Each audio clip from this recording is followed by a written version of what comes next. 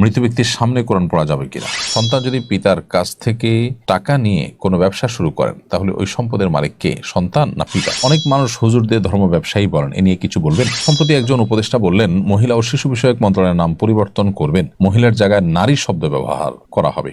এ বিষয়ে আপনার কোনো মন্তব্য আছে কিনা? রজব মাসের আমল সম্পর্কে জানতে চাই। এরপরে হাসি আহমেদ আপনি লিখেছেন, আমার শ্বশুর বড় দুই ছেলেকে 38 শতক জমি দিয়ে গেছেন, কিন্তু ছোট ছেলেকে কিছু দেননি, এতে কি ওনার গুনাহ হবে? যদি আপনার শ্বশুর আপনার বর্ণনা মতে বড় দুই সন্তানকে 38 শতক জমি দিয়ে ছোট সন্তানকে কিছুই না দেন, অবশ্যই তিনি গুনাহগার হবেন। কারণ সন্তানদের মধ্যে বৈষম্য করা বাবা মার জন্য এটা অপরাধের কাজ। নবী করিম সাল্লাল্লাহু আলাইহি ওয়াসাল্লাম নিষেধ করেছেন। তিনি বলেছেন যে ইত্তাকুল্লাহ ওয়াদিলু বাইনা আওলাদিকুম, তোমরা আল্লাহকে ভয় করো এবং তোমাদের সন্তানদেরকে দান করার ক্ষেত্রে কিছু দিতে হলে সেক্ষেত্রে তোমরা সমতা বজায় রাখো। অতএব দুই সন্তানকে দিয়ে এক সন্তানকে না দিয়ে মাহরুম করা এটা অবশ্যই গুনাহের কথা। এখন যে দুই সন্তান পেয়েছেন তাদের উচিত হবে তাদের ভাইকেও এখানে অ্যাকোমোডেট করা এবং তাকেও আনুপাতিক হারে যতটুকু পান ততটুকু অংশ দেওয়া। এরপরে প্রশ্ন হলো, সম্প্রতি একজন উপদেষ্টা বললেন মহিলা ও শিশু বিষয়ক মন্ত্রণালয়ের নাম পরিবর্তন করবেন, মহিলার জায়গায় নারী শব্দ ব্যবহার করা হবে। এ বিষয়ে আপনার কোনো মন্তব্য আছে কিনা? আমরা যতটুকু জানি যে তথাকথিত অধিকার কর্মীরা যাদেরকে দেশের মানুষ সন্দেহের চোখে দেখে, অনেকদিন ধরেই তারা এটি পরিবর্তন করতে চাইছে। তো আমার প্রশ্ন হলো যে এই শব্দটি পরিবর্তন করার বিশেষ কি হেতু বা রহস্য থাকতে পারে বা বিশেষ কি প্রয়োজনীয়তা দেখা দিতে পারে? বিশেষ করে বর্তমান সরকারের মধ্যে যে পরিমাণ এনজিও বান্ধব সরকার গঠন হয়েছে এবং যে পরিমাণ এনজিওদের প্রভাব রয়েছে সেটা খুবই আশঙ্কাজনক। এনজিওরা বরাবরের মতোই বিদেশি ফান্ড এনে এদেশে বিদেশিদের বিভিন্ন এজেন্ডা বাস্তবায়ন করতে চায়। এদেশের সামাজিক মূল্যবোধ পরিপন্থী কাজ এদেশের বেশিরভাগ এনজিওগুলো, আমি সব এনজিওকে দোষারোপ করছি না, বেশিরভাগ এনজিওগুলো বা মোটা দাগের বড় এনজিওগুলো তারা কাজ করছে, এটা আমরা সবাই কম বেশি জানি। আইন বিরোধী, এদেশের মানুষের মূল্যবোধ পরিপন্থী বিষয়গুলো তারা চাপিয়ে দেওয়ার চেষ্টা করছে। বিধায় তাদের সুপারিশ মালাকে খুব বেশি আমলে নেওয়া এটা কখনো ভালো লক্ষণ হতে পারে না। এই জায়গা থেকে আমি মনে করি যে এটা নিয়ে যথেষ্ট আপত্তি করবার সুযোগ আছে। বিশেষ করে এটার ফাঁক দিয়ে নানান দুর্বিসন্ধি সেটাকে প্রবেশ করাবার অপচেষ্টা করা হতে পারে। সংবিধানের পরিচালনার যে মূল নীতি সেখানে বহুত্ববাদ শব্দটির ব্যাপারেও একই কথা প্রযোজ্য। এই বহুত্ববাদ এই শব্দের মায়ের পেছে বা এই শব্দের আড়ালে আবডালে নানা খিস্তি খেউড় এবং সামাজিক মূল্যবোধ পরিপন্থী এবং দেশের সকল ধর্মের মানুষের ধর্মীয় চিন্তার বিরোধী জিনিসগুলোকে প্রবেশ করাবার অপচেষ্টা হতে পারে। এদেশের বেশিরভাগ মানুষ মুসলিম হিসাবে রাষ্ট্রধর্ম ইসলাম থাকাটা যৌক্তিক, এটা অযৌক্তিক নয়। যদি অযৌক্তিক হতো তাহলে মালয়েশিয়ার মতো দেশ সেটাকে রাষ্ট্রধর্মের জায়গায় রেখে তারা উন্নতির চমৎকার একটি জায়গা তারা পৌঁছে যেতে পারতেন না। সো এই জায়গাগুলোতে আমার মনে হচ্ছে যে বিদেশিদের চাপে সরকার নতজানু হয়ে এই জাতীয় বা সুপারিশ যারা করছেন এই সংবিধান সংশোধন কমিটি তারা এই জাতীয় সুপারিশ করেছেন বলে আমার মনে হয়।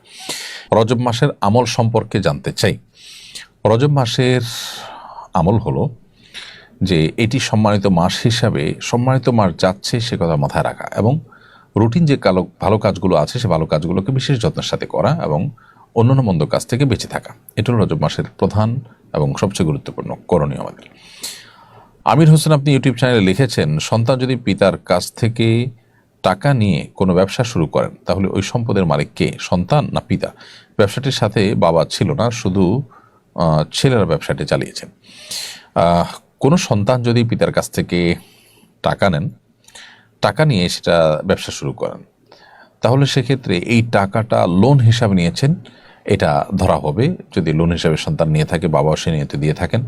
আর যদি বাবার টাকায় বাবার জন্য ব্যবসা পরিচালনা করবেন, সন্তান সেখান থেকে বেতন নিয়েছেন অথবা তিনি বাবার সহযোগিতা করেছেন, এরকম হয়, তাহলে বাবা হবেন।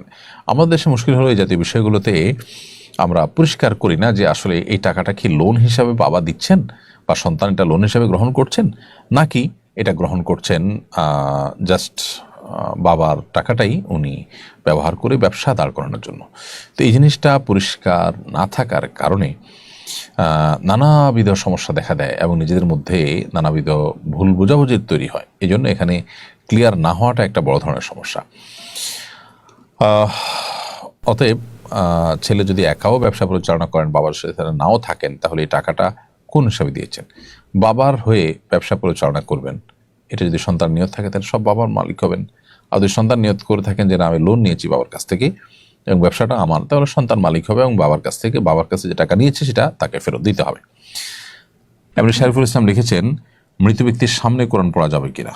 মৃত ব্যক্তির সামনে কোরআন পড়তে কোনো অসুবিধা নেই, বিধি নেই, নিষেধ নেই। তবে মৃত ব্যক্তিকে শুইয়ে তার লাশের সামনে ভাড়াটিয়া কোরআন তেলাওয়াতকারীদেরকে এনে কোরআন পাঠ করানো হয়।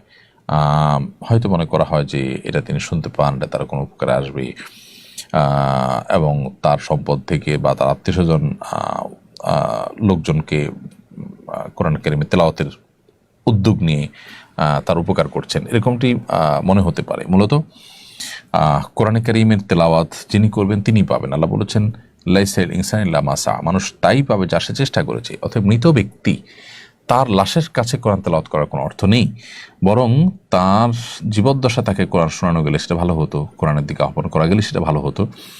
এখানে শিক্ষা নিয়ে আমরা জীবদ্দশাতে কোরআনকে শিখি, কোরআনকে জানি, কোরআনকে বোঝার চেষ্টা করি এবং আমল করার চেষ্টা করি।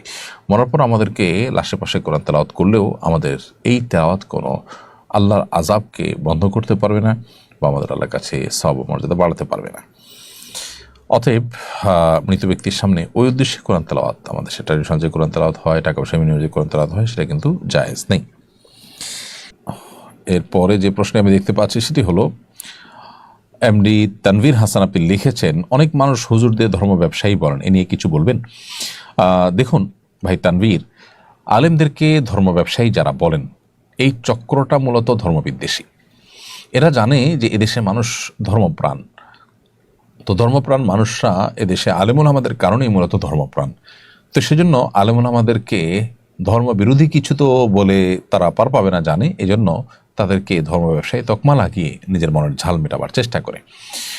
এক শ্রেণীর রাজনীতিবিদরাও আলেমদেরকে ধর্ম ব্যবসায়ী বলেন, কিন্তু আপনি দেখবেন প্রকৃত অর্থে সেই রাজনীতিবিদরা ভোটের জন্য, ক্ষমতা আসার জন্য নানা সময় তারা ধর্মের ব্যবহার করে, ধর্মীয় কালচার, কৃষ্টি, ধর্মীয় পোশাক এগুলোর ব্যবহার করেন, ধর্মীয় প্ল্যাটফর্ম ব্যবহার করেন। তো তাদের চেয়ে বড় ধর্ম ব্যবসায়ী কেউ হতে পারে যারা আসলে ধর্মকে তাদের জীবনে, তাদের চিন্তায়, মননে সেভাবে জায়গা দেয় না, অথচ রাজনীতির স্বার্থে অথবা ভোটের স্বার্থে তারা ধর্মের লেবাস ধারণ করে। এরাই তো মূলত ধর্মকে বিক্রি করে পার্থিব উদ্দেশ্য হাসিল করতে চায়। ওলামায়ে কেরাম তারা ধর্মের কথা বলেন, তারা ধর্ম চান, যা চান তা বলেন, তাহলে সেক্ষেত্রে তারা ব্যবসায়ী কেন হতে যাবেন? যদি বলেন যে তারা পারিশ্রমিক গ্রহণ করেন, অনেক কাজ করে, তো পারিশ্রমিক গ্রহণ করাকে শরীয়ত যদি জায়েজ বলেন, তাহলে সেটা তাদের জন্য দর্শনীয় হবে কেন, বা তাদেরকে সেটা নিয়ে তকমা দেওয়া হবে কেন, বাজে তকমা দেওয়া হবে কেন? দেখুন, এই ক্ষেত্রে যদি আপনি কোথাও কোনো পরামর্শ দিয়ে, বুদ্ধি দিয়ে আপনি পারিশ্রমিক গ্রহণ করেন, তাহলে সেক্ষেত্রে আপনাকে বুদ্ধি ব্যবসায়ী বলা হবে? এ জাতীয় আর অনেক প্রশ্ন আসে। তো যার কারণে এই তকমা আলেমদেরকে দেওয়া, এটা তাদের প্রতি অবিচার, যেটা সাধারণত ইসলাম বিদ্বেষীরাই, ধর্ম বিদ্বেষীরাই সচরাচর দিয়ে থাকে।